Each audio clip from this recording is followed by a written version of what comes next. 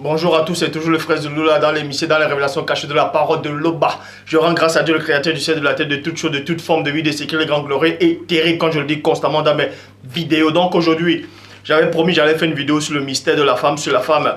Donc on va donc voir aujourd'hui par l'enseignement, par l'esprit de Mundi Maloba que les apôtres ont reçu dans Jean 20, 22, qui est réellement la femme selon Dieu. La femme selon le cœur de Dieu. On va parler plus de la femme, le mystère de la femme. On va vous dévoiler quelle est le véritable origine de la femme. Le mystère qui entoure la femme. La femme a un pouvoir immense, a un secret. Pourquoi j'ai posé cette vidéo, j'ai posé une question récemment dans le groupe sur Facebook. Pourquoi la femme est autant méprisée? Et il a fallu qu'on me donne, c'est-à-dire qu'on donne une réponse selon les Écritures. Donc, à travers cette vidéo, vous allez voir pourquoi la femme est-elle méprisée autant dans le monde entier, dans les cultures, dans toutes sortes de civilisations ou bien religions. On va vous révéler le pourquoi les femmes sont méprisées. Les femmes, la plupart, n'ont pas de valeur. Donc, vous savez qu'il est dit dans Proverbe 19.2 que le manque de science n'est bon pour personne. C'est-à-dire, le manque de connaissance n'est bon pour personne. Parce que tous ceux qui sont autoproclamés pasteurs, révérends, bishop, maréchal, apôtres, prophétesses, qui n'ont aucune connaissance, qui ne sont pas assis dans les Écritures, ont toujours essayé de sonder les mystères cachés du Père, mais ils n'ont pas réussi. Parce qu'il est dit dans Proverbe 25.2, la gloire de Dieu est de cacher des choses, et la gloire des rois est de sonder des choses. Mais néanmoins, dans Deutéronome 29, 29, il est dit que les choses cachées sont au Père, les choses révélées sont à vous, sont aux créatures, sont aux humains. Mais ce Dieu terrible et redoutable dit par son Esprit Saint, Mundi Maloba, dans Jérémie 33, 3, demande-moi et je te relèverai des choses cachées, des choses que tu ne sais pas. Matthieu 7, 7, demandez, l'on vous donnera, frappez, l'on vous ouvrira, cherchez, vous trouverez. Et dans Jean 8, 32, vous connaîtrez la vérité fera de vous des hommes libres. Ce que vous devez comprendre ici, on va donc aller à l'origine de toute chose, c'est-à-dire à l'origine même de la femme. Bon, on va vous révéler le secret de la femme, le mystère qui tourne autour de la femme. Quelle est réellement la femme? Qu'est-ce que la femme symbolise dans le plan spirituel, dans le plan astral et dans le plan physique? Pour ça, on va dans Genèse chapitre 1 au verset 26, dans la Bible de l'épée, il est dit ceci. Puis Dieu dit, 2 points, que l'homme soit désigné l'image unique, avec une ressemblance distinctive et qu'il domine sur les poissons de la mer. Virgule. Remarquez que le Père Tout-Puissant, dans sa divine puissance, dit que l'homme domine sur les poissons de la mer. On a précisé les poissons de la mer. Et sur les oiseaux du ciel, des cieux plutôt, et sur le bétail et sur toute la terre. Bon, dans d'autres versions, on ne dit pas sur toute la terre, on dit sur tous les animaux de la terre. Bon, et sur tous les reptiles qui rampent sur la terre. Remarquez ici qu'il n'est pas dit que l'homme avait le pouvoir de dominer sur les reptiles des océans, mais uniquement les reptiles qui rampent sur la terre, sur le sol, où il y a la poussière.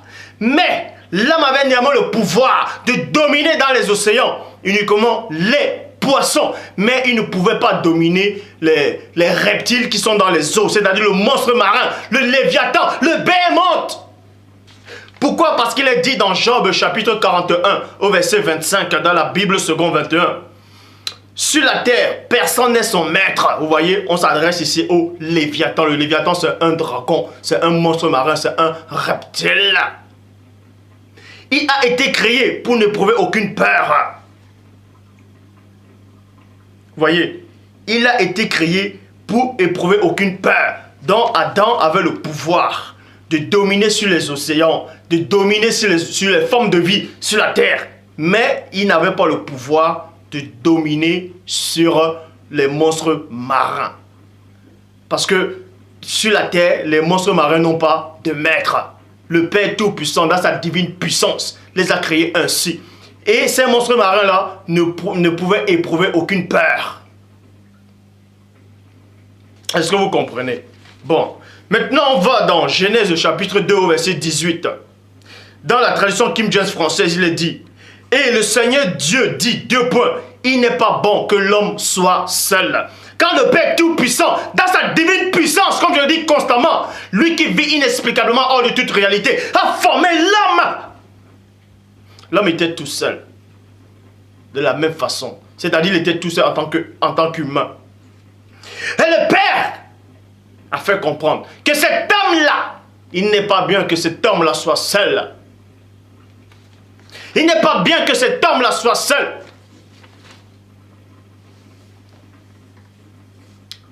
Je lui ferai une aide qui lui corresponde. Point. Je lui ferai une aide qui lui corresponde. Qui lui corresponde. Bible 2 21, une aide qui soit son vis-à-vis. Bible des peuples, une aide semblable à lui. Bible parole de vie, une aide qui lui convienne parfaitement. Bible Chouraki, une aide contre lui.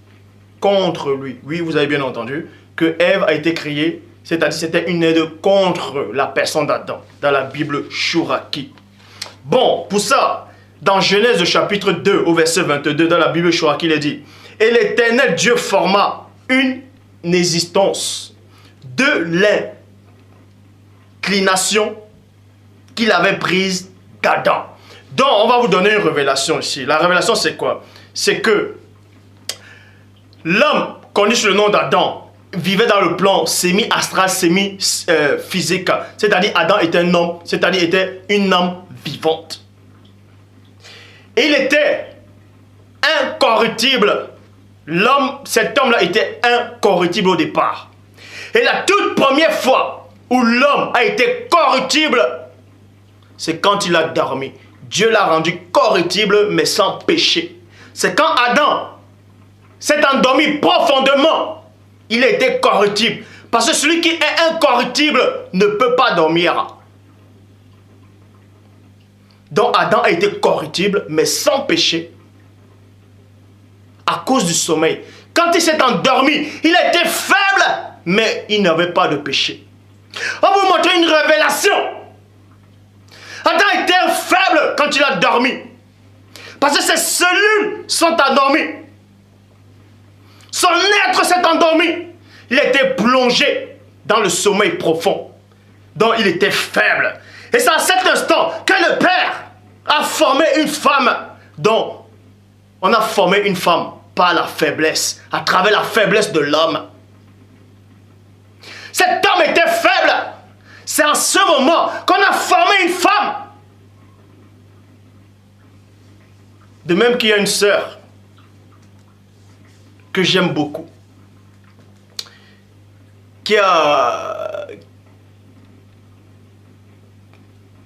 répondu à l'une de mes questions, c'est-à-dire la question que j'ai posée sur le pourquoi la femme est-elle autant méprisée dans le monde avec les versets bibliques à l'appui. Elle m'a donné un exemple en fait par rapport à la faiblesse d'Adam. Quand Adam a dormi, on a créé Ève. Elle a pris l'exemple de Christ quand il était en Gethsemane. Quand il a commencé à prier, quand Christ était faible, il avait peur, il ressentait la peur, la faiblesse et l'angoisse. Il y a un ange qui est descendu. Et l'ange l'a fortifié. Et elle a pris cet exemple. Que quand Adam dormait, il était faible, corruptible, il représentait Christ en Gethsemane quand il suppliait le Père. Et quand on a formé Ève, on vous apprend que spirituellement, un ange est descendu pour fortifier cet homme-là, pour fortifier le Christ quand il était seul, en Gethsemane, à cet endroit. Et j'ai dit à la sœur que c'était une révélation, c'est une révélation que Dieu lui a permis qu'elle puisse avoir. Mais aujourd'hui, vous allez comprendre que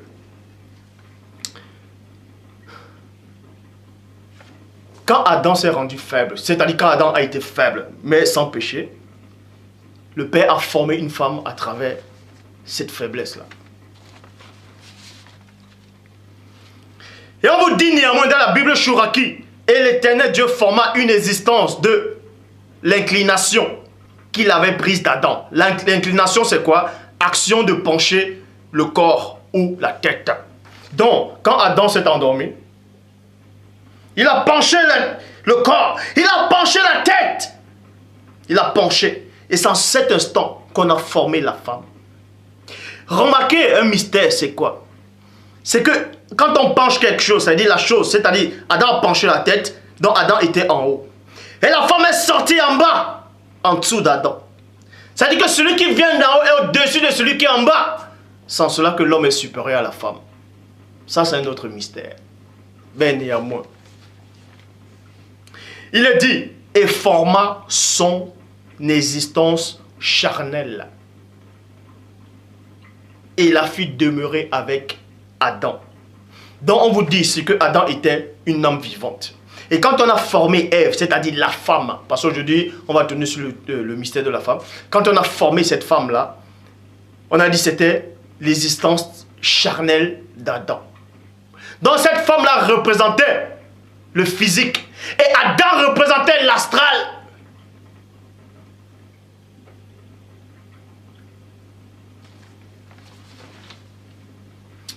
Verset 23, et Adam dit, celle-ci est enfin la substance. La substance, vous voyez, la substance c'est quoi? C'est corps, ce qu'il y a d'essentiel dans le corps, ce qu'il y a d'essentiel. On va vous expliquer ces choses. Bon, et Adam dit 2 points, celle-ci est enfin la substance de ma puissance. La substance de ma puissance. Donc, quand Adam s'est senti faible, quand il s'est endormi, il y a une puissance qui est sortie d'Adam à travers la femme. Et cette femme-là était une puissance, était quelque chose d'extraordinaire, de mystérieux dans le plan spirituel.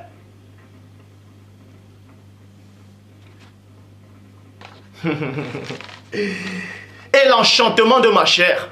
Donc, cette femme-là, la femme-là symbolisait la substance d'Adam. On va vous expliquer plus tard. La substance d'Adam, c'est-à-dire la puissance d'Adam. Et ensuite, c'était l'enchantement de sa chair. C'était une sorte de dédoublement d'Adam.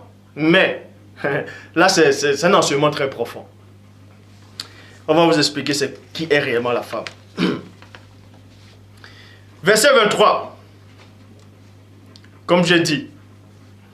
Et Adam dit, voici, celle qui est enfin la substance de ma puissance et l'enchantement de ma chair. On la nommera l'existence. On la nommera l'existence, virgule, mon épouse, car elle a été prise du vivant. Elle a été prise du vivant, virgule, son époux. Point. Pourquoi Adam dit qu'elle était prise du vivant? Parce que Adam était une âme vivante. C'est pour ça que les prophètes de l'ancienne alliance disaient, le Seigneur est vivant, mon âme vit. Parce que Adam était une âme vivante. Et on a pris Ève de ce vivant-là, du vivant, donc de l'âme vivante d'Adam. On a formé une existence charnelle. Donc Ève, la femme, représentait le monde, la terre, l'existence charnelle. Et Adam, lui représentait l'existence astrale. Mais les deux vivaient néanmoins dans le semi-astral et semi-physique. C'est pour ça qu'il est dit dans la tradition femme Olivette. Et Adam déclara sa pensée, dit 2 points. Celle-ci est véritablement substance de ma substance. Et forme de ma forme. Donc, ce qui est essentiel. En fait, la substance, c'est quoi dans l'homme? C'est ce qui est essentiel dans l'homme. C'est le point capital dans l'homme. Et ce qui est essentiel dans l'homme, c'est quoi? On vous dit ici dans Job 32, verset 8. Mais en réalité, dans l'homme, c'est l'esprit. Oh, Dieu! L'esprit d'Adam avait une puissance. Et c'est à travers cette puissance d'Adam, de cet homme-là, qui est à l'image du Père, dont on a tissé. Cette femme-là a tiré son origine de là. Cette femme a tiré son origine de là. De cette puissance qui était dans l'être d'Adam. Cette femme-là est sortie de cet endroit-là. Vous allez comprendre plus le mystère de la femme. C'est pour ça qu'il est dit dans Proverbe. Dans Proverbe 31, verset 10, dans la Bible française courant. Une femme vaillante est une véritable trouvaille. Elle a plus de valeur que les perles. Donc, quand on a formé cette femme-là, quand on a formé la toute première femme dans l'histoire de la création, en tant qu'humaine, elle avait une puissance extraordinaire. Elle avait quelque chose que toutes les femmes actuelles de maintenant ont perdu. Et le chérubin jadis ouin, quand il a vu la femme, il a compris quelque chose. Il a compris quelque chose. C'est pour ça qu'il est passé par la femme pour séduire Adam. Pourquoi Satan est passé par la femme? Pourquoi Satan est passé par votre mère? Parce que Ève est votre mère à tous. Parce qu'il est dit dans Genèse 3:20, Ève fut la mère de tous les vivants. Pourquoi le chérubin jadis ouin est passé par la femme? Qu'est-ce qu'il a vu sur la femme? On va vous révéler maintenant le pourquoi la femme est autant détestée. Pourquoi la femme est autant méprisée dans le monde. Ce mépris-là a commencé par le chérubin jadis ouin. Quand il a vu cette femme, il a vu une rivalité. Il a vu une rivalité en cette femme. Il a commencé à mépriser cette femme. C'est là où l'esprit du mépris a commencé à naître à la personne de la femme. Pourquoi? On vous donne la réponse dans Proverbe, chapitre 31, verset 10. La femme, une femme vaillante, est une véritable trouvaille. Elle a plus de valeur que les perles. Point. Ça veut dire dans le plan spirituel, quand vous lisez dans Ézéchiel chapitre 13, non, Ézéchiel chapitre 28 au verset 13, il est dit, on s'adressait au chérubin jadis ouin qui dit ceci.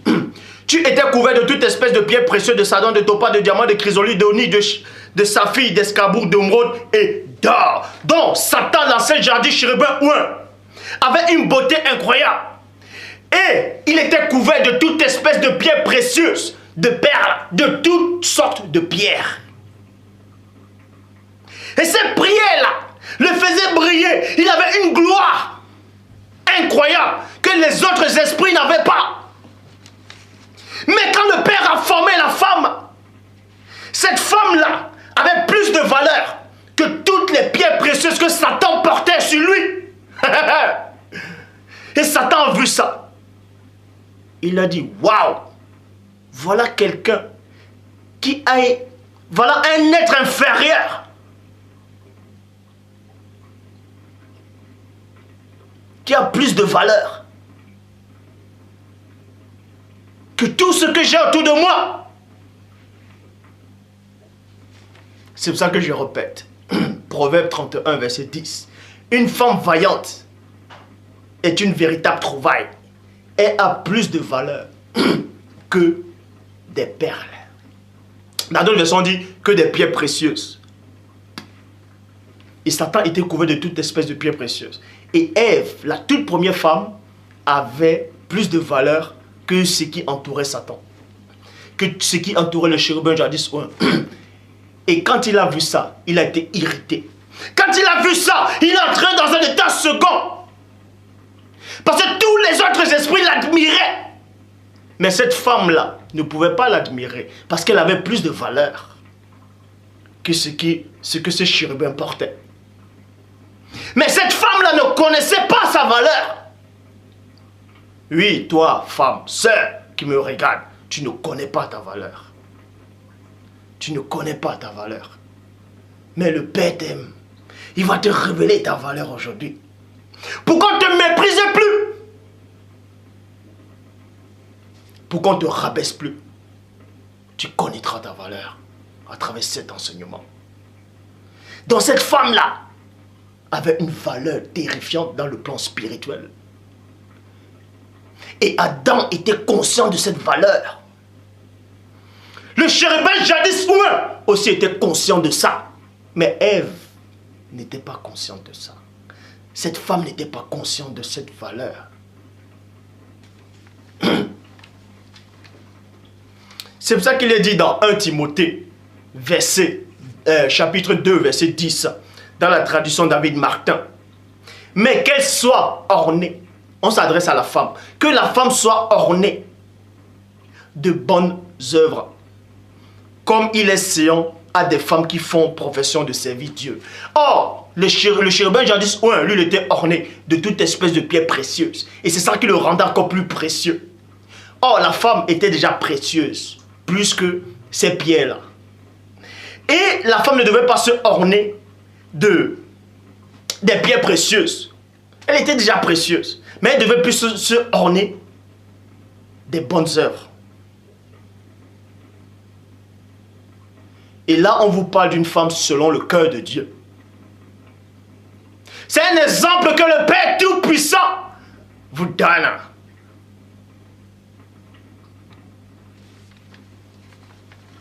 Psaume 37, verset 32. Quand le diable, l'ancien jadis chérubin, a vu cette femme-là, que cette femme-là a plus de valeur, déduit plus de valeur, plus de prix, plus d'importance que les perles qu'il avait portées, que les perles, que tous l'armée céleste portent. Oui, la femme qui craint Dieu, la femme qui marche selon le Père, a plus de valeur. Je ne dis pas plus de valeur que des anges, mais plus de valeur que ce que les anges ont porté. Satan a vu ça. Et tous les autres esprits avaient les yeux braqués sur la femme. Waouh! Waouh! Dans le monde occulte, les anges déchus disent aux chérubins jadis regarde cet être inférieur que le Père a créé a plus de valeur que ce qu'on porte, a plus de valeur que ce qui te fait briller. Satan a vu ça, il a dit ouh! Adam, lui, il a été créé pas de la terre. Parce que la terre, pas le sable, pas la poussière. La poussière, quand on rassemble la poussière, ça fait comme du sable. Et quand on rassemble plein de sable, ça fait un caillou. Satan, lui, était couvert de toute espèce de pierre précieuse. Or, Adam était créé d'une pierre. Adam, c'est une pierre vivante. Dieu! Et Christ aussi, c'est un rocher. Donc, Satan a vu ça. Il a dit, tiens, cette femme-là me dérange. Cette femme-là me dérange. Elle a trop de valeur.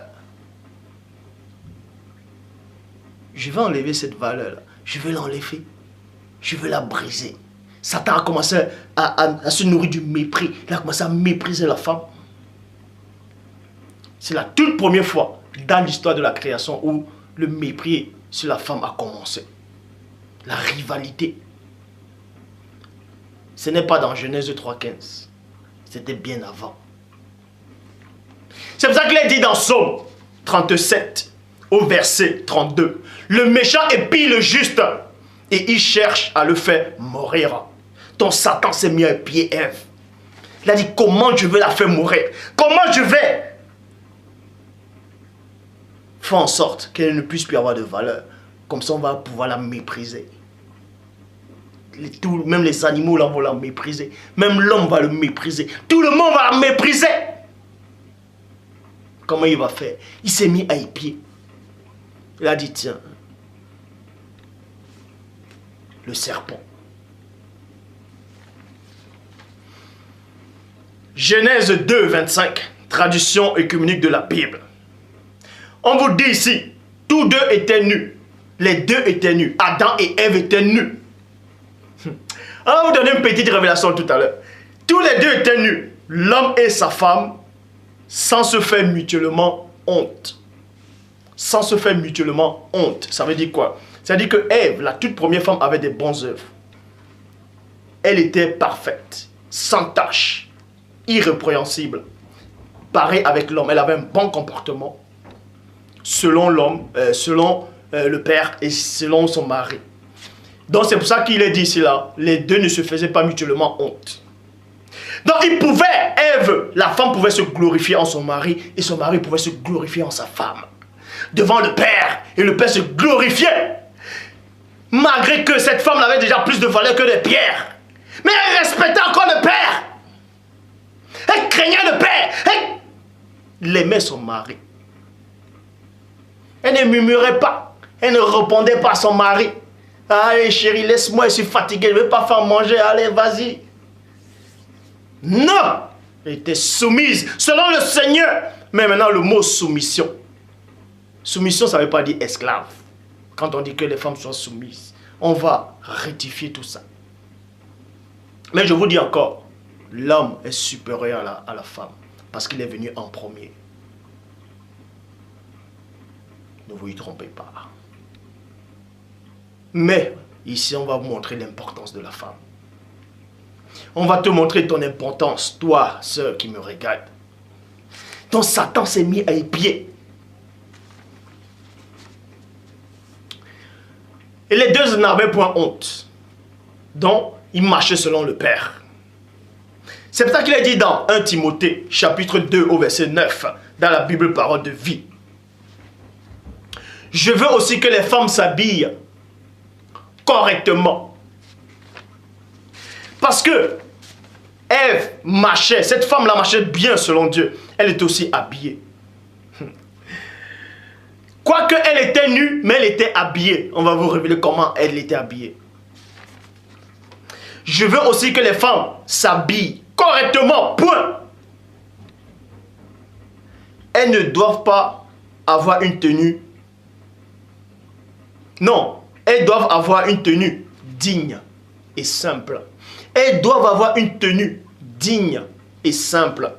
Donc, dans cette vidéo-ci, on va voir si les femmes peuvent mettre des pantalons, des jeans, des slims, tout ça, des baggy, des shorts. Bref, on va tout expliquer dans la vidéo. Les rouges à lèvres, bijoux, on va tout expliquer si le Père le veut. Donc, la vidéo aussi est dédiée à toutes les femmes. Dans 1 Timothée 2,9 dit, je veux aussi que les femmes s'habillent correctement. Elles doivent avoir une tenue simple et digne. Donc, on vous montre que cette femme-là avait déjà, c'est-à-dire la première femme avait une tenue simple et digne. Pourquoi? Parce qu'il est dit dans Job, chapitre 10 au verset 11, tu m'as revêtu de peau et de chair. Donc, l'âme d'Ève était déjà habillée par les habits, premiers habits que le Père lui a donnés. Et ces habits-là étaient propres, dignes et simples. C'était le corps. C'était les corps, c'était la chair, c'était la peau. C'est pour ça que je répète dans Job chapitre 10 au verset 11. Tu m'as revêtu. Revêtu, c'est de faire porter. Donc, elles ont porté un habit. Tu m'as revêtu de peau et de chair. Tu m'as tissé d'os et de nerfs. C'est pour ça que je repars dans 1 Timothée 2, 9. Je veux aussi que les femmes s'habillent correctement. Elles doivent avoir une tenue digne et simple, sans coiffure compliquée. Point. Dans notre version, on dit sans natte, sans tresse. C'est pas vrai. Je dis bien, c'est pas vrai.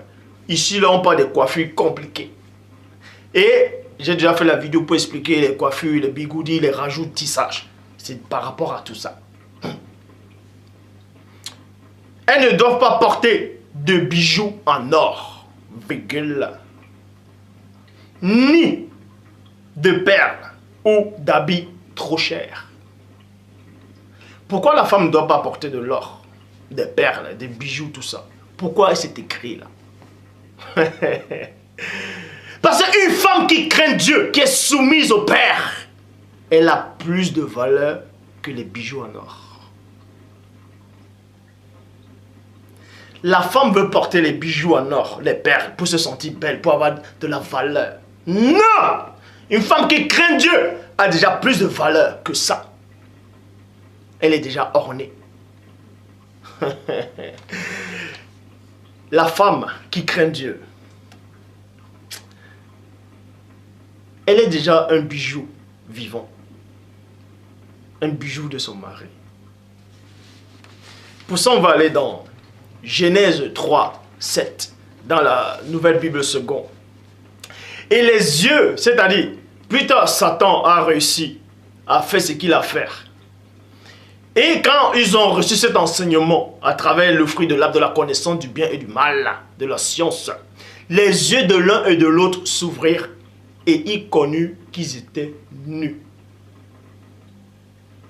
Ça veut dire qu'ils ont connu qu'ils étaient nus. J'avais déjà expliqué ça. Mais dans cet enseignement-ci, parce qu'il est dit dans Job 33, 14 que Dieu parle cependant tantôt d'une manière, tantôt d'une autre, et l'on y prend point de garde. Qu'ils ont connu qu'ils étaient nus, ça veut dire quoi? Ils sont devenus muables. Ils ont changé. Spirituellement, ils ont changé. Ça veut dire que l'habit que Dieu les avait donné à travers la peau, ils étaient conscients de ça. Quoi qu'ils étaient nus, ils n'en avaient point honte. Mais là, ils ont connu qu'ils étaient nus. Parce qu'il y a un habit qui a disparu. Ils ont reconnu qu'ils étaient nus. Donc, cet habit a disparu. Satan a enlevé ce couronnement. Satan a fait en sorte que la femme perde sa valeur. Et à cet instant, la femme a perdu sa valeur. Elle n'était plus précieuse. Elle n'était plus précieuse. Et Satan était content. Il se retourne, le chérubin jadis ouin. Il regarde ses généraux, il dit, alors, c'est qui le maître?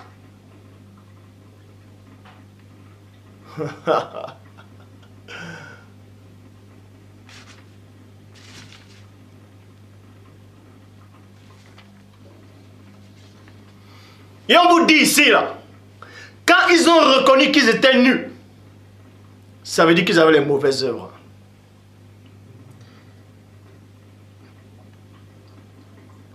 On vous dit quoi? Qu'ils ont reconnu qu'ils étaient nus. Qu'est-ce qui s'est passé directement? On vous dit, ils cousurent des feuilles de figuier pour se faire des pagnes. C'est-à-dire, les deux ont travaillé. Parce qu'ils avaient la science. Ils ont travaillé pour faire des habits. Or, Timothée dit, vous devez porter des habits qui sont dignes. Mais quand ils ont senti que l'habit que le Père les a donné, ça a changé en fait, les nudités a apparu. Ils ont une autre idée. Ils ont dit, tiens, maintenant nous on va faire nos habits à nous. Ils sont allés faire des pagnes. On vous dit ici, ils cousurent des feuilles de figuier pour se faire des pagnes. Or, quand vous pouvez même voir dans l'Afrique ancestrale, vous pouvez taper l'origine des pagnes. En fait, le mot pagne vient d'autres endroits, tout ça là. Mais l'origine même, c'était pas le pagne avec des tissus. Mais l'origine même, c'était quoi? Ça vient de l'Afrique. C'était avec c'est écrit là, fabriqué avec des matériaux de la forêt. Fabriqué avec les matériaux de la forêt. Les tout premiers pagnes de l'histoire de la création. Ça vient de l'Afrique. Donc, c'est pour montrer que cette histoire-là d'Adam et Ève s'est passée en Afrique. Ils ont fait des pagnes. Bible, parole de vie. Ils attachaient ensemble des feuilles d'arbre et cela les sert de pagne. Traduction du monde nouveau, pagne. Bible en français courant, pagne. Traduction écuménique de la Bible, pagne. Bible de Jérusalem, pagne. Bible du rabbinat Zadok français, Bible du rabbinat français Zadokan, pagne. Vous voyez? C'est pour ça qu'il est dit dans Deutéronome 22, verset 5. Traduction King James française. Parce que plein lisent ce verset sans comprendre. Il est dit ceci. Une femme ne portera pas. Une femme ne portera pas ce que porte un homme. Virgule. Une femme ne portera pas ce que porte un homme. Et un homme ne se revêtira pas d'un vêtement de femme. Car tous ceux qui font ainsi sont en abomination au Seigneur. Ça s'appelle les travestissements. Ça veut dire quoi? Ça veut dire que c'est une usurpation d'identité. C'est une usurpation d'identité. Donc c'est un mensonge devant Dieu. Une femme qui va porter les habits d'un homme, ça s'appelle une usurpation d'identité, ça s'appelle un travestissement. En gros, ça veut dire, j'aime pas comme Dieu m'a créé, je préfère être à la place de l'homme. Donc elle veut usurper la place de l'homme. C'est pour ça que Satan dit dans Ésaïe 14, 14, je vais semblable au Très-Haut. Donc elle veut regarder l'égalité pour devenir un homme, une femme qui veut porter les habits d'un homme. Parce que dans Philippiens 2, 5, il est dit, ayant vous les sentiments qui étaient au premier-né, lequel existait en condition divine, n'a point regardé comme une proie arrachée d'être égal au Père. Mais la femme qui met des habits d'homme, elle veut regarder l'homme comme son égal. Si vous ne savez pas, c'est une révélation, c'est spirituel. Et l'homme maintenant qui va porter les habits de femme, il se rabaisse. Il rabaisse la gloire de Dieu. Bon, nous allons donc voir c'est quoi les habits d'homme, c'est quoi les habits de femme. Est-ce qu'une femme peut porter le pantalon? Mais avant ça, vous ne devez pas ignorer qu'il est dit que l'homme et la femme, ils ont conçu des vêtements de peau. Non, pas de vêtements de peau. Ils ont conçu des vêtements avec des feuilles d'arbres. Ils ont fait des pagnes. Et vous pouvez voir les pagnes. Les pagnes, ça commence où? Et ça descend jusqu'où? Donc vous devez savoir que quand ils ont fait les pagnes étaient identiques. Dans d'autres versions, on dit qu'ils ont caché, ils ont fait des ceintures. Les ceintures, ça ne tient pas la route. Pourquoi? Parce que l'homme, son membre, c'est peut-être allongé en bas. S'il met la ceinture, mais ça ne cache pas. Donc ils ont fait des pagnes pour tout cacher. Depuis là, ils ont tout caché. Ils ont fait des pagnes, ils ont caché. Donc, quand on dit des pagnes, c'était identique, mais c'était pas la même forme. C'était identique, mais pas la même forme. Parce que le gabarit de l'homme diffère à celui de sa femme. Est-ce que vous comprenez? Le gabarit de l'homme diffère à celui de sa femme. La morphologie de l'homme diffère avec la morphologie de la femme. Certes, les deux avaient des pagnes. Il y a des pagnes d'hommes et des pagnes de femmes. Pour ça, on va vous montrer bibliquement. Traduction du Monde Nouveau dans Deutéronome 22, 5. On ne doit pas mettre... Voilà. On ne doit pas mettre un costume d'homme robuste à une femme, virgule, et un homme robuste ne doit pas porter un manteau de femme. Est-ce que vous comprenez? Bon.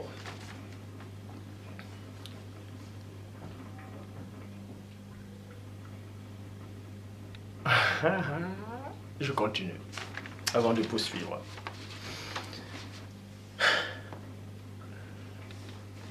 Donc je disais donc, parce qu'une fois je me rappelle, quand je suis en Afrique, c'était en Afrique en fait, il y a eu une discussion entre deux personnes que je connais. Et les deux étaient à fond dans la Bible. J'ai pas voulu intervenir, mais je les ai écoutés parler. Et j'ai rigolé un moment en fait. La discussion, c'était quoi en fait? En fait, on avait organisé une église de maison. C'était en Afrique, on a organisé une église de maison. Et il y a un qui se met à parler, il dit, une femme ne doit pas porter un habillement d'homme, un homme ne doit pas porter d'habillement de femme. Tous les autres étaient d'accord. Mais il y a un qui lui reprend. Il dit, bon, comment tu peux dire, bon, quand tu dis un homme ne doit pas porter des habillements de femme, une femme ne doit pas porter des habillements d'homme, tu comprends ça comment? Il dit, est-ce qu'une femme peut porter... Non, oui, est-ce qu'une femme peut porter un pantalon? Ce frère-là lui dit, non, une femme ne doit pas porter un pantalon. Et l'autre frère, il poursuit encore sa réflexion, il dit, bon, maintenant, il lui dit, bon, tu vois, il y a des pantalons des femmes, vous voyez, les pantalons de tailleur des femmes, un peu larges. Il y a des tissus, c'est-à-dire des pantalons qu'on a fait modèle femme. Ce n'est pas moulant en fait, c'est pas moulant mais c'est large. Mais quand on voit ça, on sait que c'est un pantalon de femme. Il dit à ce frère-là, est-ce que l'homme là peut porter ce pantalon là? Puisque si la femme ne porte pas de pantalon et que l'homme lui seul peut porter les pantalons, ce modèle-là, est-ce que l'homme peut porter ce pantalon-là? Et c'est là où j'ai rigolé en fait. Parce que j'ai rigolé. Bon, excusez-moi. J'ai rigolé parce que j'ai senti l'esprit qui est en train d'animer la discussion. Le frère n'a pas pu lui répondre. Il était bloqué en fait. S'il disait que un homme peut porter le pantalon de femme, c'est-à-dire ce modèle-là, ça ne colle pas avec l'homme. On va directement dire il s'est travesti. Est-ce que vous comprenez où je veux en venir? Bon. Avant de poursuivre, on va voir ce que le Père lui-même en pense. Dans Genèse, chapitre 3, au verset 21. Mais avant ça, ils ont fait des pagnes. Ils ont fait des pagnes comme habit.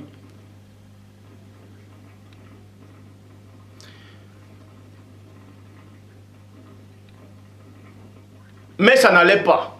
Néanmoins, pour la vie qu'ils allaient vivre plus tard.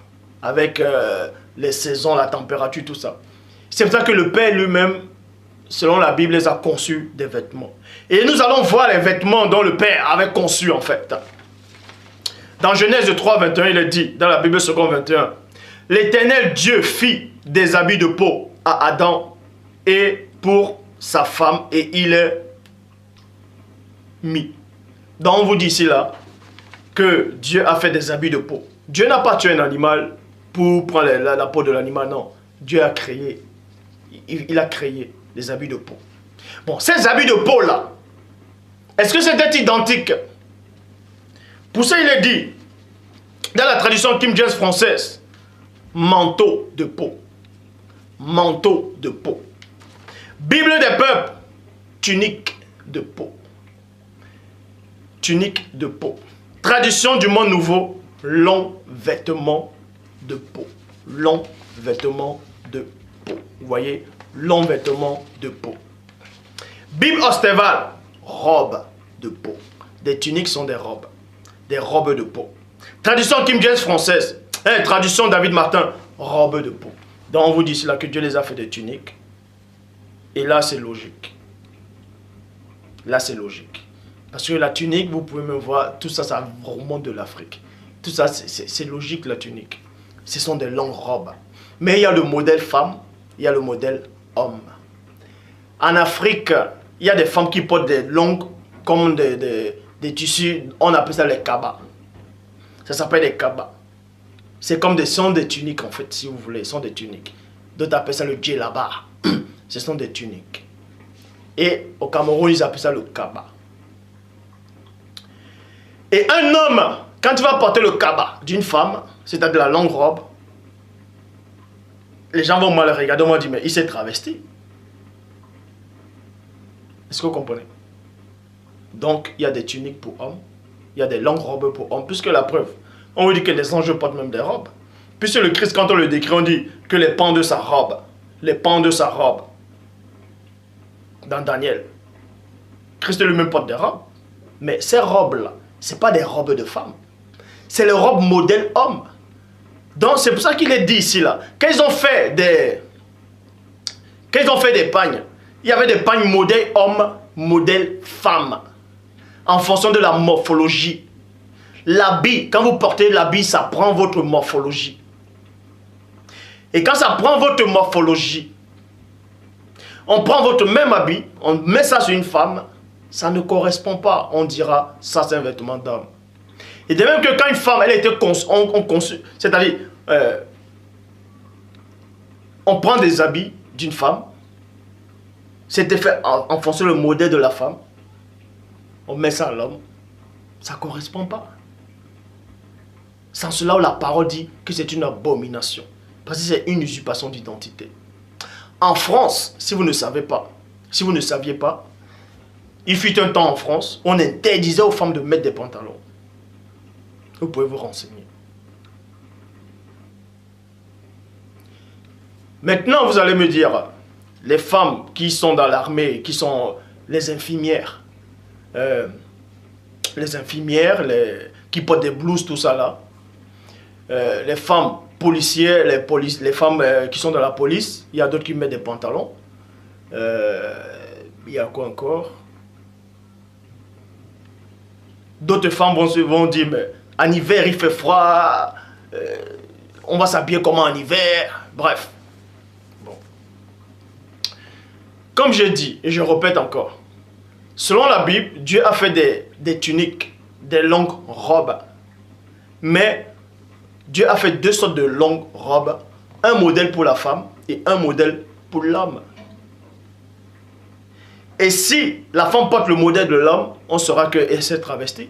Si l'homme fait pareil, c'est réciproque. Donc, s'il y a un pantalon de femme, il y a un pantalon d'homme. Je sais que ça va choquer peut-être beaucoup de personnes, mais cette vérité, elle est biblique. Elle est biblique. Parce que quand vous allez dans un magasin de vêtements, vous allez rayon femmes, vous voyez des pantalons femmes, c'est des pantalons tailleurs femmes, des pantalons tailleurs en forme de pour femmes. Vous, l'homme, vous ne pouvez pas porter ça. Parce que quand vous voyez, la Bible vous parle que ça c'est femme, donc c'est un modèle femme. Vous ne pouvez pas le porter.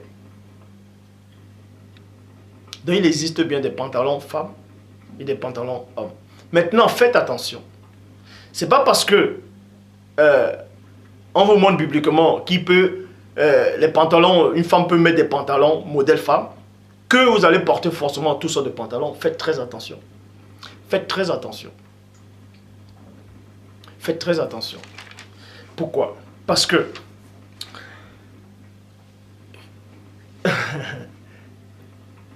il y a un style de pantalon, en fait, je crois que c'est un jean, ça s'appelle des slips. En fait, ça colle sur le corps, ça colle bien, c'est moulant. On voit toutes les formes, en fait, d'une femme. Je vous dis une chose, que ce pantalon-là, ce slim-là, soit le modèle femme, que ça vous plaise ou pas, une femme ne doit pas mettre des slims. Une femme ne doit pas mettre des slims. Pourquoi? Parce qu'une femme qui a des formes, elle met un truc moulant, on voit toutes ces formes. On voit tout est dessiné, on voit les cuisses, on voit tout. Vous imaginez le dégât que ça fait dans l'esprit d'un frère ou d'un homme quand tu vois une femme passer avec les formes en route, le pantalon jean bien serré. Vous voyez les dégâts que ça fait. Vous vous rendez compte de ce que ça représente. Mais tandis, quand vous voyez une femme avec un pantalon peut-être tailleur en tissu, un pantalon modèle femme, il y a des pantalons femmes où on ne voit pas des formes. Je dis bien où on ne voit pas des formes. Donc, ça tombe sur le pied, c'est-à-dire des reins jusqu'en bas. C'est large en fait. Mais c'est bien cousu. Il y a des bons modèles. Mais on ne voit pas les formes des cuisses, de tout. Ça, c'est passable. Ça, c'est le modèle femme. Mais porter déjà où on voit les formes, pour moi personnellement,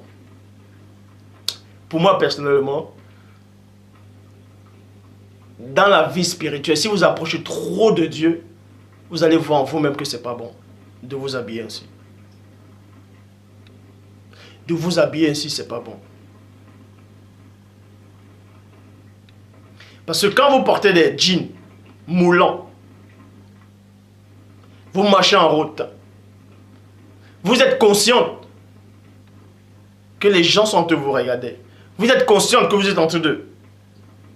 Ça s'appelle les mami nyanga. Les mami nyanga. Vous êtes conscient de ça, de l'effet que ça produit. Qu'on voit vos formes. Donc vous devenez une tentatrice. Une séductrice.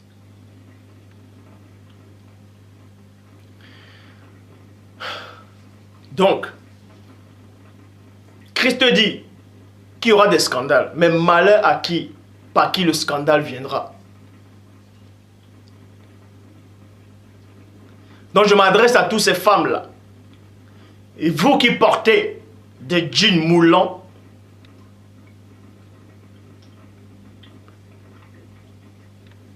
au point où on voit le...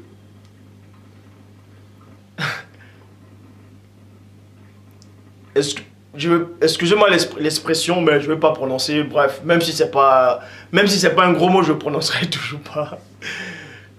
Tu vois les trucs des femmes, là, tout fin, là, qu'elles portent là, à l'intérieur, voilà. Voilà, vous avez compris. Voilà. Il y a des femmes, quand elles mettent des jeans ou des trucs moulants, souvent des habits à peu près transparents, on voit déjà. D'autres marchent, on voit le truc qui monte. Ça, c'est une abomination. Je répète. Mais une femme qui craint Dieu,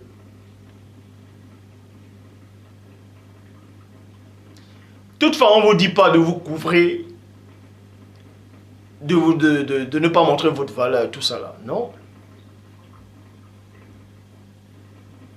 Mais faites attention que votre tenue vestimentaire ne soit pas une occasion de chute pour les plus faibles ou pour des hommes. Parce qu'en vous habillant ainsi, c'est là où l'homme vous méprise encore. C'est là où l'homme vous considère encore comme des objets. C'est le but du chérubin Jean 10:1. C'est pour ça qu'il confessionne, il inspire des tailleurs pour faire toutes sortes d'habits, de vêtements de femmes. Pour que la femme soit considérée encore comme un objet de plaisir sexuel quand on le voit avec ses habillements. Il y a certaines personnes qui se disent chrétiens ou croyants, qui disent « Ah non, ma femme ne doit pas porter... Bon, le Père le permet que je puisse réellement dire les mots avec les mots, c'est-à-dire les noms. » Je prends des exemples. Il y a certains frères qui ne veulent pas que les femmes portent des dentelles. C'est pour ça que je dis, je vais dire les mots. Qui ne veulent pas que les femmes portent des dentelles parce que, en portant des dentelles, ils ont une autre image de les femmes. Selon eux, ils ont une autre image en fait. Une image d'une femme du monde. Une femme pas selon Dieu en fait. Et ils ne veulent... Voilà, pour eux, ils appellent ça des habits sexy. Que ma femme ne doit pas être sexy. Mais vous devez faire attention, ne soyez pas hypocrite. Ne jouez pas l'hypocrisie. Parce que quand vous refusez que vos femmes s'habillent de telle manière, vous êtes les premiers à regarder d'autres filles qui s'habillent ainsi et les convoiter. Faites très attention. Avec Dieu, on ne rigole pas. Donc je le dis encore. Que le lit conjugal soit honoré de tous. Ça veut dire aussi que si toi, l'homme, toi, t'es marié, tu as ta femme, elle veut se mettre en dentelle dans ta chambre. Je dis bien dans ta chambre, avec toi. Il n'y a personne. Mais où est le mal dedans? C'est toi et ta femme. Mais elle ne peut pas le mettre devant les autres. Devant les invités, devant les autres frères ou devant les autres sœurs. Ça, non.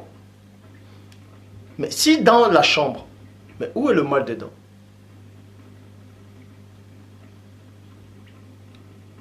Où est le mal dedans? Mais faites attention. Vous devez tout faire selon le Père. Tout faire selon le Père. Donc à toutes les sœurs qui me regardent ici aujourd'hui, une femme selon le cœur de Dieu. On va vous révéler c'est quoi une femme selon le cœur de Dieu. Une femme, c'est qu'elle doit faire, ce qu'elle ne doit pas faire.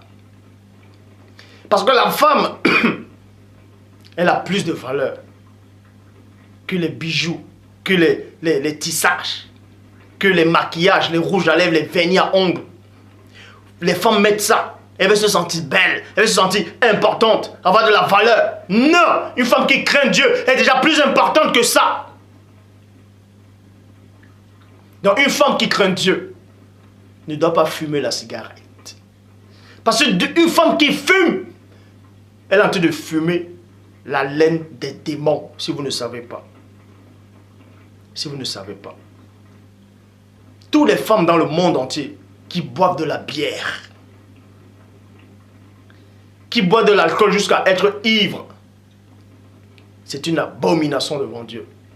C'est un comportement démoniaque. Toutefois, je ne dis pas qu'une femme ne peut pas boire d'alcool. C'est-à-dire qu'elle ne peut pas boire de vin quand elle mange. Certes, les gens qui sont passés dans les Écritures m'ont dit, ouais, mais l'ange a dit, tu ne boiras ni... tiens-toi dorénavant, tu ne boiras ni liqueur forte, ni boisson enivrante. On a bien dit, dorénavant, tu ne boiras pas. Ça dit qu'avant, elle buvait. Mais parce qu'elle devait être enceinte, elle ne devait plus boire. Mais avant, elle buvait et ce n'était pas interdit de boire. Mais il faut faire tout avec modération selon le Père. Selon le Père. Donc une femme, chez elle, elle mange avec son mari, ses enfants, ou je ne sais pas, avec des frères, des sœurs. Si elle veut boire du vin, elle peut boire du vin, mais avec modération. Ce qu'une femme ne doit pas faire, c'est quoi? Vous, toutes ces femmes-là, je dis encore, vous les femmes-là, les sœurs, en tout cas je parle aux sœurs, qui allez voir des gynécos. Quand vous allez voir vos gynécos, là, un gynéco homme, une femme qui se disent croyante, qui craint Dieu, elle va, soi-disant, voir un gynéco. Elle écarte ses jambes devant un homme. C'est une abomination devant Dieu. Je le dis, je répète et je pèse mes mots. C'est une abomination. Vous allez dire, oui, mais c'est un gynéco, il ne pense rien de mal. Mais vous voyez l'acte que ça fait devant Dieu. Une femme qui... Mais, oh, une femme qui craint Dieu. Elle va voir un homme. Soit disant, c'est son docteur, c'est son gynéco. Ah, docteur, j'ai ça, gynéco, j'ai ça. Elle écarte ses jambes devant un homme. Un homme qui ne craint même pas Dieu. Et il se met à vérifier. C'est une image démoniaque devant Dieu. Certes, je pourrais encore peut-être dire qu'une femme qui va voir une autre femme gynéco, ça peut peut-être passer. Pas une femme. Bref.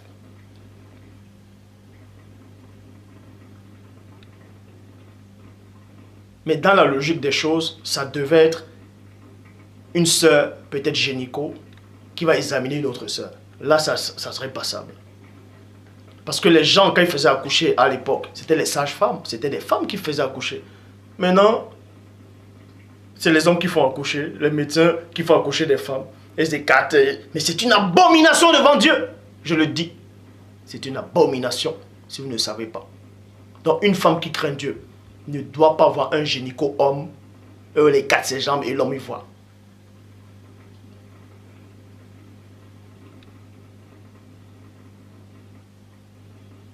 Une femme qui craint Dieu ne doit pas mentir, ne doit pas insulter, ne doit pas voler, ne doit pas tricher, ne doit pas commettre la fraude, ne doit pas avoir des mauvaises pensées, ne doit pas être irritable. Une femme qui craint Dieu ne doit pas élever la voix devant un homme. En élevant la voix devant un homme, vous élevez la voix devant la gloire de Dieu. Et vous devenez une malédiction. Je dis bien, un homme, surtout un homme qui marche avec le Père. Souvenez-vous, quand Aaron et Marie ont élevé la voix, ont murmuré contre Moïse. Aaron et Marie ont murmuré. Mais on a frappé qui? On n'a pas frappé Aaron. C'est Marie qu'on a frappé. Ça ne veut pas dire que la femme était... Ça ne veut pas dire que parce qu'on a méprisé la femme que forcément on a seulement frappé la femme. Non. C'est une abomination qu'une femme prend l'autorité et se met à gronder son mari. Ou c'est une abomination ou insulter. Je dis bien, devant Dieu, c'est une abomination si vous ne savez pas. C'est malsain. Une femme doit mieux se comporter. Parce qu'une femme qui craint Dieu, on va la remarquer. Elle est attirante. Elle montre sa beauté intérieure. Et à l'extérieur, ça sortira. Elle est celle qui sera louée. Donc il faut bannir la cigarette, le mensonge.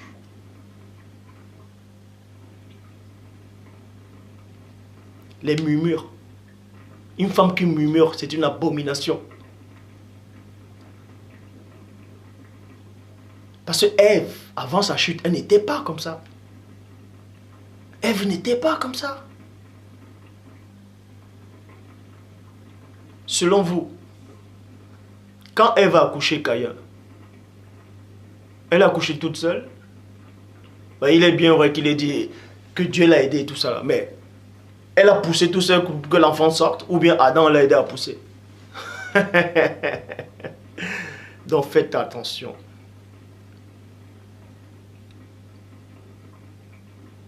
Une femme qui craint Dieu, vous devez renoncer aux passions du monde. Les choses comme les séries télévisées, les Kardashians, je sais pas, il y a tellement de séries. Vous accrochez oui, et une autre série en fait. Je connais plein de femmes qui regardent cette série là. Elles enregistrent tout le temps, c'est les feux de l'amour, voilà. Vous restez cramponné dessus.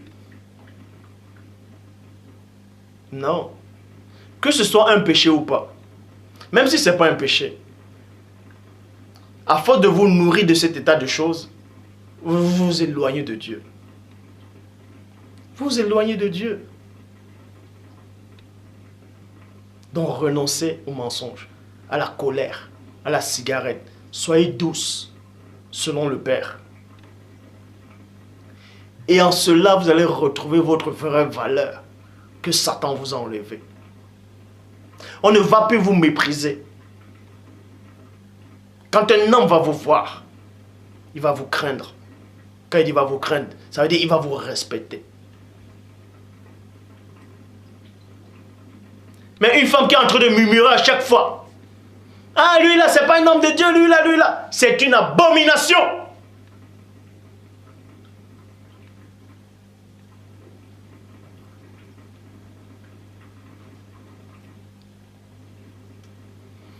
Donc,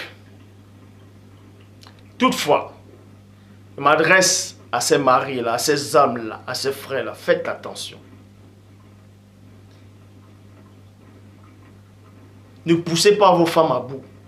Parce qu'en les poussant à bout, c'est vous qui apportez le scandale. Et quand elles sont à bout, elles vont vous répondre mal. Elles vont s'irriter contre vous. Ça sera à cause de votre faute.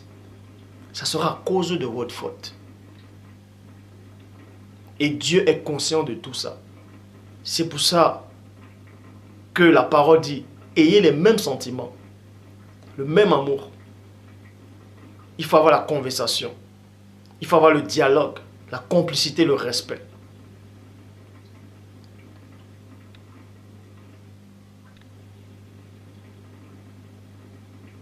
Il y a tellement de choses à dire sur la femme, mais je vais aller dans l'essentiel. À tous ces sœurs-là, peu importe ce que vous faites avec votre mari, dans la maison, c'est-à-dire dans la chambre, dans le lieu, bref, le lieu conjugal, évitez d'aller en parler dehors, même si c'est à une autre sœur. Si vous avez ce genre de trucs, vous priez le Père, vous discutez. Ne dévoilez pas les secrets. Apprenez à rester dans la volonté de Dieu. Et tous ces seuls-là, à qui on a bourré la tête, à qui on a raconté le mensonge,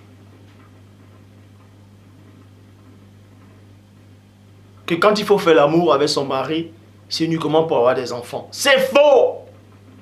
C'est complètement faux. Donc si une sœur et son mari décident de ne pas avoir des enfants, c'est les choix. Ce n'est pas interdit. Ce n'est pas interdit. Tu sais qu'il y a des gens qui sont passés dans les Écritures qui vont dire oui, mais Dieu a dit allez multiplier, vous remplissez la terre. Dans ce cas, pourquoi Christ ne s'est pas multiplié? Puisque Dieu a dit allez multiplier vous. Pourquoi Paul Pourquoi Étienne, Jean-Baptiste ne sont pas multipliés? Donc faites attention.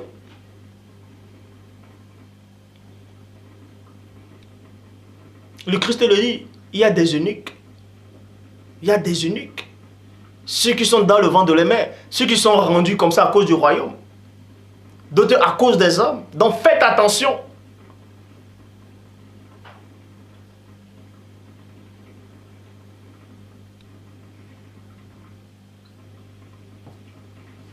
Donc, le mystère de la femme.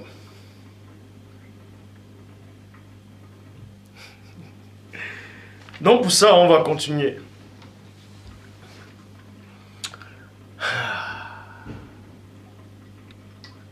Proverbe 12, verset 4. Il est dit, une femme vertueuse est la couronne de son mari. Donc une femme qui marche selon le Père. Donc avant de poursuivre, les gestes que vous devez faire à ces sœurs-là, il faut, quand Pierre vous dit, il faut avoir un bon comportement. À cause de vos comportements, vous pouvez gagner vos maris, tout ça là. En tout cas, ceux qui ne sont pas contre du Père. Mais moi, je vais parler de ceux qui sont, les deux couples qui sont avec le Père. Le conseil que moi je vous donne, votre hygiène corporelle doit être propre, doit être sain, doit être parfait. Parce que vous avez plus de valeur que des pierres précieuses. Et les pierres précieuses, on les nettoie. On ne laisse pas qu'il y ait la poussière dessus. Et vous êtes plus importante que ça. Donc, l'hygiène corporelle pour une femme est très importante. Ça ne veut pas dire que l'homme ne doit pas se négliger, non. Là, on parle des femmes. Donc, votre hygiène, faites très attention. Le soir, avant d'aller dormir, il faut brosser bien les dents. Il faut avoir une bonne haleine. Il faut être propre partout. Même dans votre jardin secret. Parce que quand vous allez vous négliger, votre homme aussi va vous négliger. Prenez soin de vous. Prenez soin de vous. Pour que quand votre mari, votre conjoint vous regarde, il puisse être fier de vous. Il puisse se glorifier. Il dit, ah, elle sent bon ma femme. Ah, elle ne me fait pas honte quand je marche avec elle en route.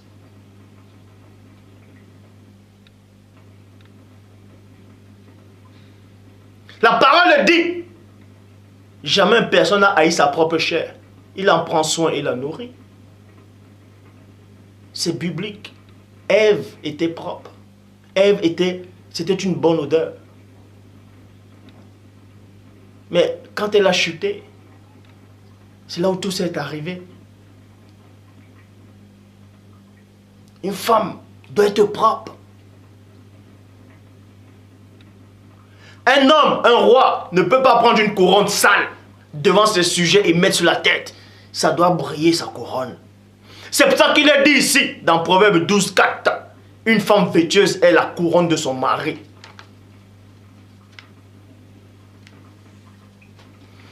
Donc, une femme est la couronne, une femme selon Dieu est la couronne de son mari. Une couronne, on met sur la tête. C'est pour ça qu'il est dit dans 1 Corinthiens, chapitre 11, verset 7, l'homme ne doit pas se couvrir la tête. Virgule. Là, on va entrer dans un autre plan, dans un plan spirituel. L'homme ne doit pas se couvrir la tête. Parce que s'il se couvre la tête, il va cacher la couronne. C'est-à-dire, il cache sa femme. Ça, c'est notre révélation. Puisqu'il est l'image et la gloire de Dieu, tandis que la femme est la gloire de l'homme, dont la femme est la couronne.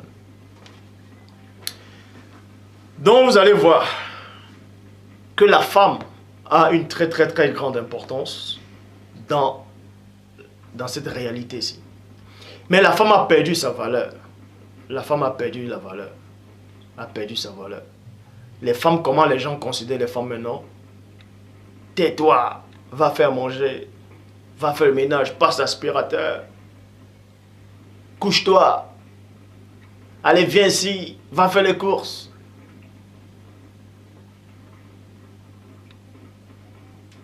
Pendant la discussion, quand vous avez un petit débat, vous discutez sur un sujet, même si le mari a tort, il va dire, tais-toi, la Bible dit il faut se soumettre, même si j'ai tort. Non, c'est pas ça. Non, c'est faux. Puisque Christ dit quoi? Ce que vous voulez qu'on vous fasse à vous, faites ça aux autres. Ce que vous ne voulez pas qu'on vous fasse, ne faites pas ça aux autres. Donc si vous discutez que vous avez tort, que votre femme a raison, ne lui dites jamais tais-toi. Non. Si tu as tort, accepte que tu as tort.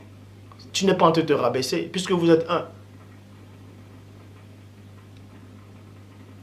Donc si une femme, je m'adresse à vous maintenant, homme, si votre femme est en train de regarder la télé, ou elle regarde peut-être un film ou une émission,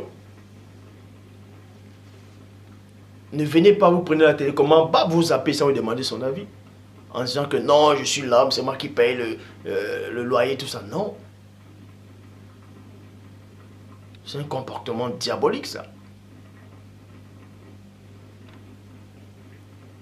Arrêtez, une bonne fois pour toutes, de dire que dans une maison, c'est la femme qui doit tout faire. Et c'est la femme qui doit faire manger. Certes, le Christ a changé l'eau en vin. Le Christ a fait la multiplication des pains. Dans l'assemblée au désert, quand Moïse, qui a donné le pain, qui a donné la manne, ce n'est pas les femmes qui donnaient la manne, c'est Moïse qui a donné la manne, non? Donc c'est pour ça qu'on dit, je lui ferai une aide. Une aide, c'est quoi? Donc ne restez pas là, vous croisez vos pieds sur le canapé, la femme elle fait tout, elle passe aspirateur, elle a mal au dos, c'est pas votre problème, elle fait en manger, elle débarrasse, elle fait la vaisselle. Je dis pas que c'est votre rôle aux hommes, mais aidez vos femmes. Il faut les aider. Il faut les aider. La parole le dit, je lui ferai une aide semblable. Une aide, c'est quoi? Ça ne veut pas dire que vous allez prendre une feuille, vous allez dire, bon, toi tu vas passer l'aspirateur, toi tu vas laver la vaisselle, toi tu vas aller sortir le... C'est pas... Non, c'est pas ça.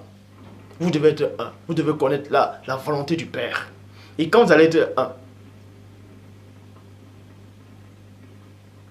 sans cela, donc vous femmes, il faut connaître votre rôle. Vous êtes une mère, vous êtes des mamans. Et une maman doit prendre soin de ses enfants. Une maman doit, c'est elle qui doit garder la maison.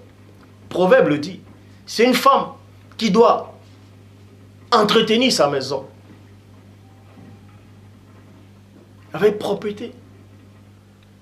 Parce qu'une femme, si elle ne sait pas garder son corps propre, si elle ne sait pas garder sa bouche de la colère, des murmures, comment elle peut garder sa maison? Comment elle peut garder son mari?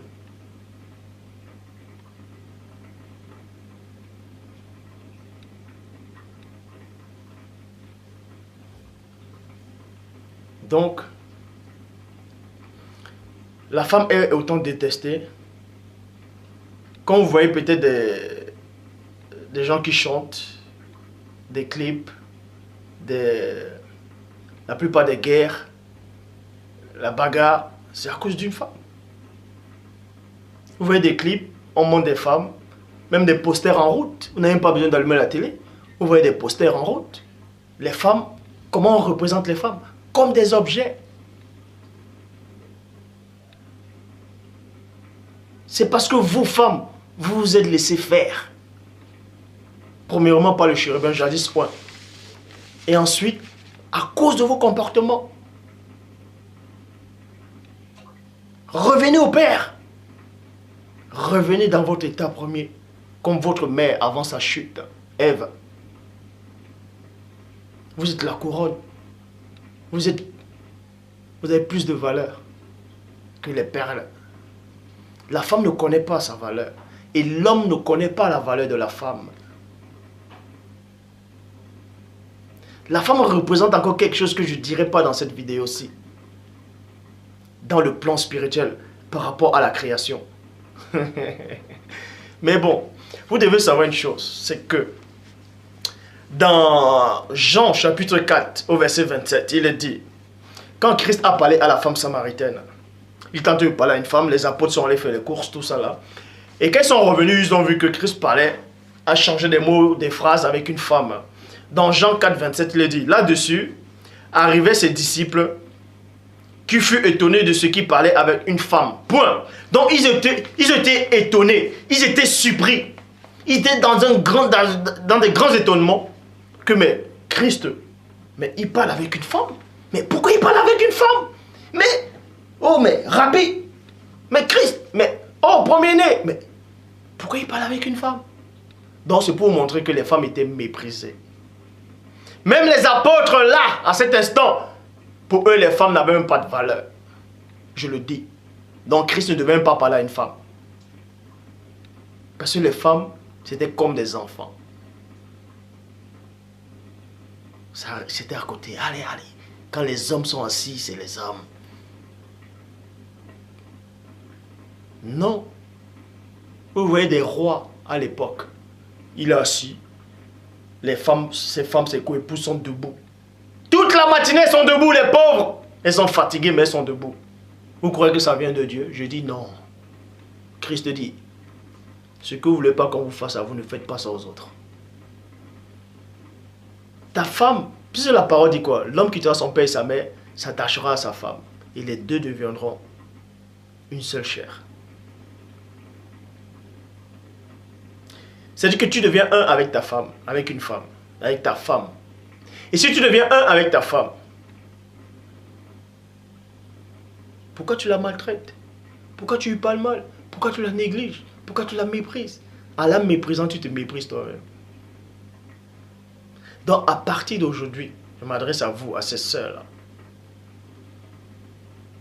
Vous n'avez pas besoin des artificiels pour être belle. Vous êtes déjà belle spirituellement. Mais pour ça, il faut que vous marchiez selon le Père. Il faut que vous sachiez discerner la volonté du Père. Mais une femme qui propage la fausse doctrine est une abomination. Parce que non seulement elle ne doit pas enseigner, mais quand elle vient pour reprendre les hommes en disant que cet homme-là c'est un faux, tout ça là, elle devient une sorcière. Elle devient une sorcière. Mais bon.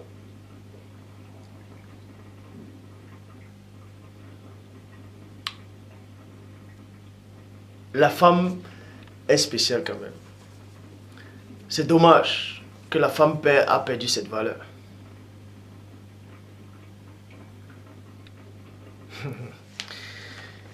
Bon, les apôtres ont dit, mais comment Christ peut parler à une femme? Mais pourquoi il perd son temps de parler à une femme? Mais il va dire quoi à cette femme-là? Mais cette femme-là, c'est qui? Hein? Cette femme-là représente quoi pour que Christ puisse parler à cette femme-là? Mais cette femme-là, c'est qui?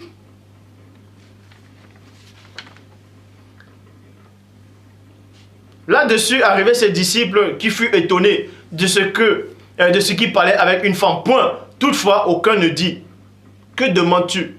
Ou de quoi parles-tu avec elle?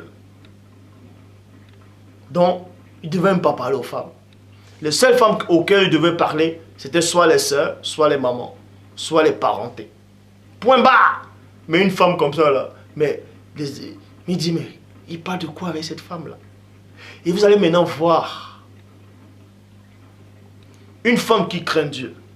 Je dis encore, je vais vous expliquer quelque chose. Cela va choquer peut-être plein d'hommes maintenant. Ça va choquer plein d'hommes. Mais une femme qui est soumise à Dieu, une femme qui est dans la plénitude du Père, pourra facilement entrer dans le plan spirituel qu'un homme. Pourra facilement voir le monde spirituel qu'un homme. Pourra facilement comprendre les choses spirituelles qu'un homme. Je sais de quoi je parle. Mais pas tous les hommes quand même. Bon, pour ça on va dans Jean chapitre 20 au verset 1 à 2 qui dit: le premier jour de la semaine, Marie de Magdala se rendit au sépulcre dès le matin, comme il faisait encore obscur, et elle vit que la pierre était ôtée du sépulcre. Elle courut vers Simon-Pierre et vers l'autre disciple que Christ aimait, et leur dit 2 points. Ils ont enlevé le sépulcre, ils ont enlevé du sépulcre le Seigneur, et nous ne savons où ils l'ont mis. Vous voyez? Et nous ne savons où ils l'ont mis. Donc, premièrement, on vous montre ici, quand Christ, c'est-à-dire, quand on l'a mis dans le tombeau, dans le sépulcre, il faisait encore un peu nuit. Cette femme-là, Marie, là, Magdala, elle est allée parce qu'elle n'avait pas peur. Oh, il y a plein de gens qui ont peur d'aller dans les cimetières. Elle était courageuse. Elle s'est levée parce qu'elle aimait son Seigneur. Elle aimait le premier-né. Elle aimait le Christ. Elle s'est levée. Elle est allée. Les autres disciples, ils ne se sont pas levés tôt pour aller. Eux, ils étaient où? Seul Dieu le sait, ce qu'ils faisaient. Mais toujours il dit que cette femme-là s'est levée. Elle a expliqué ce qui s'était passé. Pierre est sorti. Il s'est mis à courir. D'autres sont venus, ils ont couru aussi. Ils sont venus, ils ont vu ce qui s'était passé, tout ça là. Mais remarquez que Pierre et ceux qui étaient là n'ont rien vu. Ils ont vu des bandes, les bandes qu'on avait roulées, tout ça, bien exposées et tout. Ils n'ont rien vu. Et dans le verset, ils sont dit, et les disciples s'en retournèrent. Et les disciples s'en retournèrent. Vous voyez, ils se sont retournés, c'est-à-dire ils sont rentrés. Et Marie, elle est restée toute seule. Selon Jean, elle est restée toute seule. Et maintenant, dans le verset 11 à 16, il est dit, je relis, cependant, Marie se tenait dehors près du sépulcre et pleurait comme elle pleurait. Elle se baissa pour regarder dans le sépulcre. Elle est restée toute seule. Parce qu'elle était la première. Elle est aussi la dernière à rester. On va vous montrer l'importance d'une femme par rapport à ce verset-là maintenant. On va vous montrer, on va vous expliquer pourquoi Christ a dit à la femme, ne me touche pas, je ne suis pas encore montré vers mon Père. Plein de gens n'ont pas compris ce que Christ a voulu dire. Plein de gens n'ont pas compris ce que ce verset-là représente. Mais cette femme avait compris quelque chose. Parce qu'elle était soumise au Père. Elle est devenue une couronne. Elle avait une valeur là, plus que les perles. Donc une femme qui craint Dieu a un pouvoir spirituel immense que vous ne pouvez imaginer. Et Satan le sait. C'est pour ça que dans la sorcellerie, dans le monde occulte, il passe toujours par des femmes. On vous voyez, on dit les femmes, les prêtresses vaudou. C'est elles qui sont dans les hautes sphères. Pourquoi? Parce que Satan connaît. Il connaît l'importance de la femme dans le plan spirituel. Qui a déraciné, qui a touché Samson? Cet homme-là puissant, c'était une femme derrière. Qui a renversé l'homme? C'était pas la femme, Ève, Adam. Satan a compris quelque chose que vous n'avez pas compris. Donc, on me dit ici, cependant Marie se tenait dehors près du sépulcre. Elle pleurait comme elle pleurait. Elle se baissa pour regarder dans le sépulcre. Et elle vit deux anges. Oh Dieu! Oh, Képha, Pétro, Pierre, qui marchait constamment avec Christ. Quand il est venu au sépulcre, il n'a pas vu les anges. Il n'a vu personne. Il a juste vu les bandeaux. Les disciples qui étaient avec lui, il a vu la même chose. Ils sont rentrés, ils ont dit, allez, ils sont partis. Mais cette femme-là, elle a pleuré. Quand elle pleurait, elle n'était pas en train de s'humilier. Elle pleurait par amour. Et l'amour qu'elle avait, c'était un enseignement. Elle a ouvert son cœur, elle a ouvert son âme, elle a ouvert son esprit. Et ses yeux spirituels se sont ouverts. Elle a vu deux anges. Vous savez ce que ça représente? Elle a vu deux anges. Et elle vit deux anges vêtus de blanc, assis à la place où avait été touché le corps de Christ. L'un à la tête, l'autre aux pieds. Pourquoi à la tête et aux pieds? Le corps du Christ représente l'Église. Donc il y a un ange intercesseur qui est en haut, au-dessus de la tête. Il y a un autre qui est sur la terre, qui représente les pieds, qui intercède aussi. Mais cette femme-là a vu. Il lui dit, femme, pourquoi plais-tu? Elle a répondu, parce que ils ont enlevé mon Seigneur. Et je ne sais où ils l'ont mis. Point. Remarquez ici. Premièrement, quand Képha, Pétro, Pierre est venu, il n'a trouvé personne. Puisque elle-même, elle a vu personne. Elle ne voit personne. Écoutez la révélation. Quand une femme est soumise à Dieu, quand une femme est dans les mains du Père, elle ne craint plus rien. Elle a un pouvoir effroyable. Mais elle n'est pas consciente de ça. Je vais vous expliquer ce qui s'est passé. Quand Pierre a vu ça, Pierre n'a pas vu les anges, il n'a rien vu. Ils n'ont vu personne. Premièrement, elle n'a vu personne. Et ses apôtres sont rentrés. Mais elle savait qu'il n'y avait personne. Elle s'est mise à pleurer. Elle baisse la tête, elle voit 2 hommes, elle voit 2 anges. Mais, alors qu'avant, elle n'avait vu personne. Ces anges ont apparu où? Ces anges sont venus comment? Dans un tombeau au cimetière. Elle voit 2 êtres qui apparaissent comme ça, là. Habillés en blanc. Elle n'a même pas eu peur. Elle n'a pas eu peur. Pourquoi elle n'a pas eu peur? Parce qu'elle était dans la pensée du Père. Parce qu'elle était consciente de qui elle était là maintenant. Elle avait pris son pouvoir. Elle était consciente de son moi divin. Elle était consciente qu'elle a plus de valeur que des perles. Elle a plus de valeur que ce que vous considérez là. Donc elle avait la valeur devant le Père. C'est pour ça qu'elle n'a pas eu peur. Alors que Pierre, lui, quand on l'a délivré de prison, il a vu un ange. Il était dans un état second. Mais elle, dans un cimetière, il faisait encore noir, non? Elle n'a pas eu peur. Parce qu'il est dit quoi? L'amour parfait bannit la crainte. Celui qui est de Dieu n'a pas peur. Vous n'avez pas reçu un esprit de peur, un esprit de timidité, pour être encore dans la crainte. Mais un esprit d'adoption par lequel vous dites, Abba Père. Elle n'a pas eu peur. Elle s'est mise à converser. Donc une femme qui est consciente d'elle, de sa position devant le Père. Ouf. Oh. Satan sera en ébullition. Donc vous dites ici, en disant cela, elle se retourna, virgule, et elle vit Christ debout. Mais elle ne savait pas que c'était Christ. Elle se retournait vers une 3e personne. Elle n'a même pas peur. Elle dit même pas, lui, elle est sortie d'où? Puisqu'elle n'a même pas entendu les pas de quelqu'un qui venait. Mais elle s'est juste retournée là avec quelqu'un. Elle n'a même pas eu peur. Parce qu'elle connaissait sa position. Donc toi, ma soeur qui me regarde là, est-ce que tu connais ta position devant Dieu?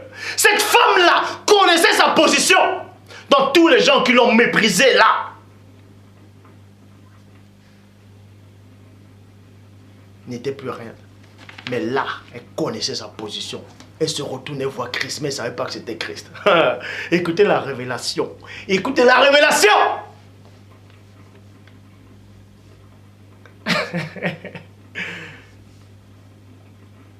Et Christ a vu son cœur. Christ a vu le cœur de cette femme. Pourquoi Christ a apparu à une femme après sa résurrection premièrement et non à ses disciples? Posez-vous la question. Parce que cette femme-là, elle était consciente de Dieu, que Dieu existait.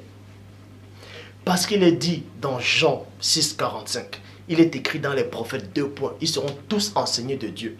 Ainsi quiconque a entendu le Père et a reçu son enseignement, viens à moi. Elle a entendu la voix du Père, elle a entendu l'enseignement du Père.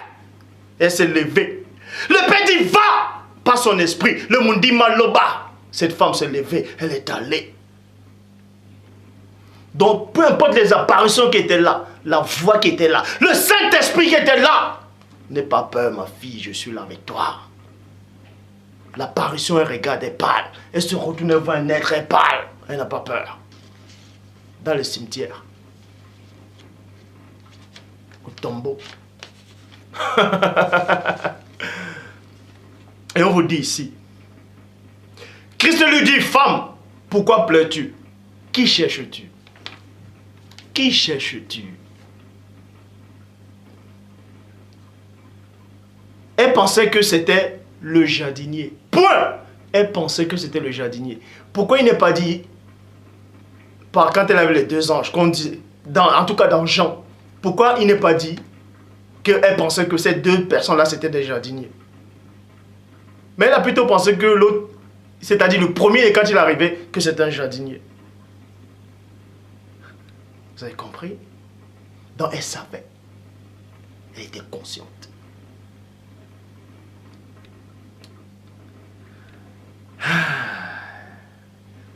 Lui dit, Seigneur, si c'est toi qui l'as emporté, dis-moi où tu l'as mis. Et je le prendrai. Et je le prendrai. Ouf. Mais vous savez ce que ça représente là? Elle dit, si c'est toi qui as pris là, si c'est toi qui as pris son corps, donne-le-moi, je veux le prendre. Est-ce qu'une femme peut porter quelqu'un qui est déjà mort toute seule? Un homme bien formé toute seule. Mais elle a dit, je le prendrai, elle était toute seule. Mais la force là devait lui venir d'où? Si on lui avait donné le corps. Ouh, faites attention. Donc une femme qui est dans la pensée de Dieu, qui craint, qui marche avec Dieu. Le doute disparaît, la force revient. Oh, je poursuis. Christ lui dit, Marie. Elle se retourna et lui dit en hébreu, Ramboni, c'est-à-dire maître. Christ lui dit, ne me touche pas. Je ne suis pas encore monté vers mon Père. Mais va trouver mes frères et dis-leur que je monte vers mon Père qui est votre Père. Vers mon Dieu qui est votre Dieu. Elle se retournait quand elle a entendu Marie. Ses yeux se sont encore ouverts. Elle entre dans une autre dimension. Première dimension, elle est sortie du plan physique, astral. Ses yeux sont ouverts dans le plan spirituel. Elle a vu les anges. Maintenant, elle est encore entrée dans un autre monde spirituel encore. Plus spirituel que le monde des anges. Elle a vu le premier-né.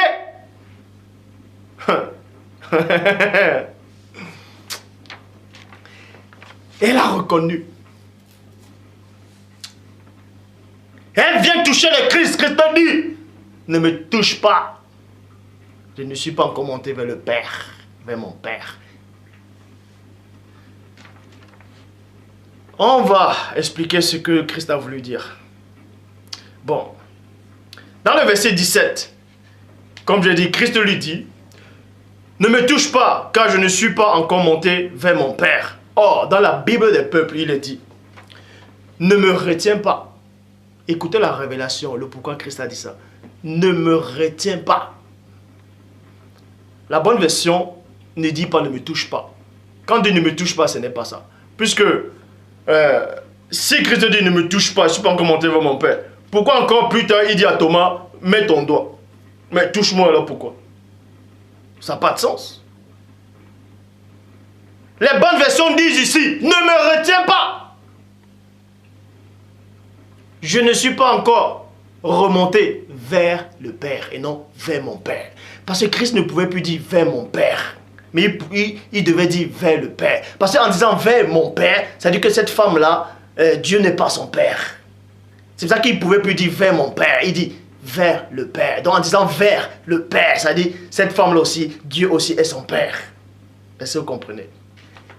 Vers le Père. Bible, Nouvelle Bible seconde. Cesse de t'accrocher à moi. Parce que cette femme avait saisi le Christ. Ouh. Si vous avez vu la scène. Elle a saisi le Christ. C'est pour ça qu'il dit cesse de t'accrocher à moi.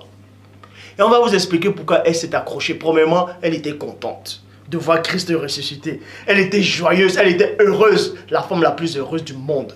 Dans l'histoire de la création, c'était en cet instant. C'était en cet instant. C'est elle. Donc, les deux femmes qui ont connu le bonheur extrême, c'était la première femme, Ève, quand elle a vu Adam. Quand elle a vu Adam, elle a connu le bonheur extrême. Un bonheur qu'on ne peut pas expliquer. Et la deuxième femme, c'est quand elle a vu Christ.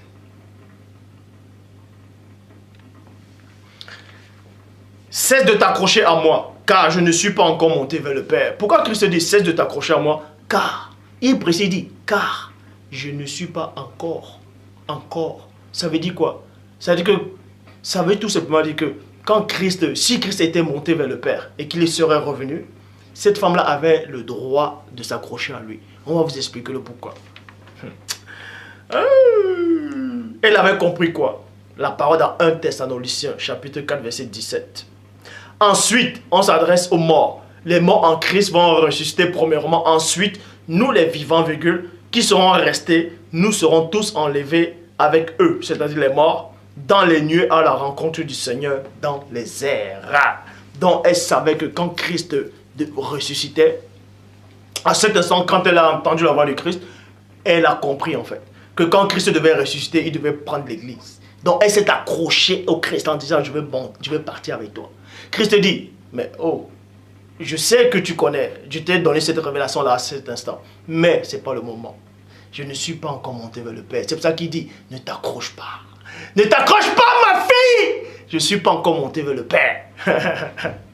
Attends que je monte d'abord vers le Père. Et puis je vais redescendre. Et je vais te prendre maintenant. Tu pourras t'accrocher à moi. Donc pour tous ceux-là qui disent que Dieu m'a dit, le Saint-Esprit m'a dit, Dieu ne vous connaît pas. À tous ces faux pasteurs-là. Dieu n'a envoyé personne. Donc je dis encore, toi la femme, crains Dieu, marche selon Dieu. Apprends à connaître la volonté de Dieu. Toi qui fumes, renonce à la cigarette. C'est une abomination. Fumer, c'est fumer la laine des démons. Je dis encore, c'est la laine, c'est une mauvaise odeur de démons que vous fumez.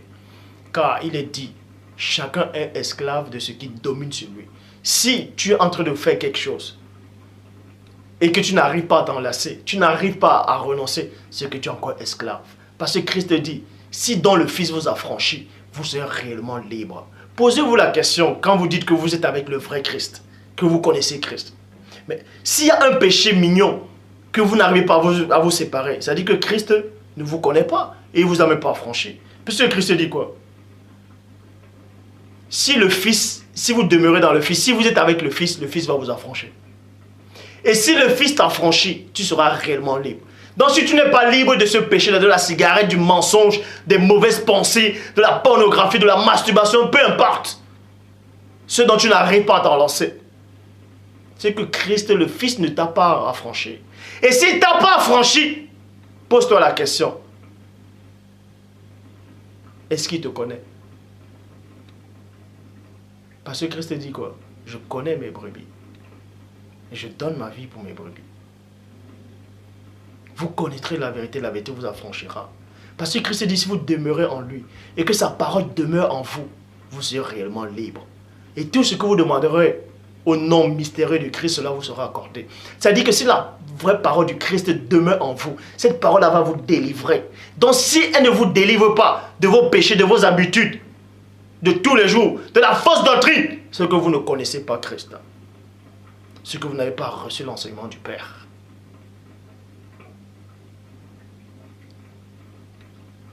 C'est pour ça que le Christ connaissait ça. Il a compris ça. Il savait ça. C'est pour ça que je suis là maintenant. Le Père s'est encore glorifié.